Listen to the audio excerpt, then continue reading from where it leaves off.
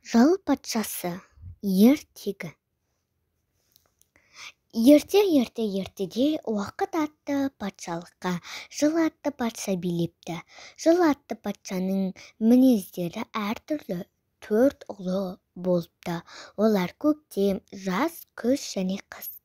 Осы 4 ұлының әрқайсында 3 баладан болған екен.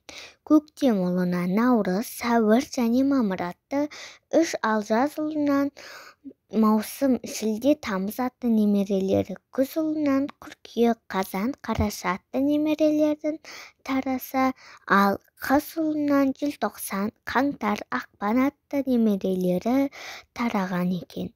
Патша өз тағына мұрагер етіп ұлдарынан емес, немерелерінің арасынан тағайындауды жөн көріпті.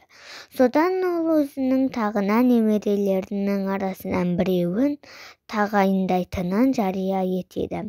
Сонымен қатар ол мұрагері білімді, өнерлі, халыққа қызмет ету керектігін де айтып өтеді. Барлық немерелері жыл патшаның алдына келіп, білімдерін, талантын көрсетеді. Барлығы бір-бірінен бірі асып түседі. Немерелерінің бұл өнері мұрагерді таңдауға патшаға қиыншылық түсіреді. Әрі ойланып, бері ойланған патша мынандай жарлық етеді: менің мына уақыт патшалығым тұрғанда, менің немерелерімнің барлығы да патша болады. Олардың барлығы халық үшін өздерінің жайлылығын, еңбектерін ұсынып отыр.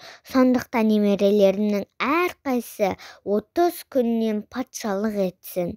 Міне осы жарлықтан кейін патшалыққа әр 30 күн сайын халыққа жыл патшасы 12 немересі үлкеннен кішісіне қарай заңдылықпен патшалық етіп отырыпты деседі.